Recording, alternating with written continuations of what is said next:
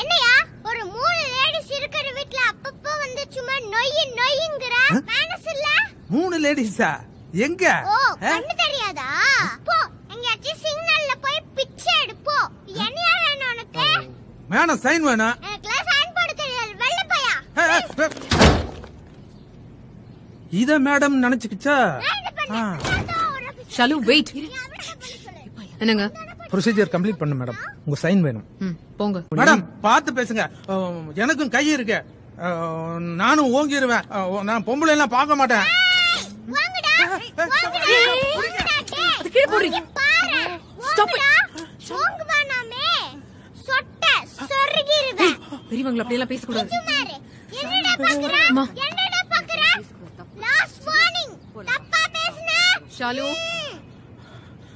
Madam புள்ளைய ரொம்ப நல்லா வளர்த்திருக்கீங்க மேடம்.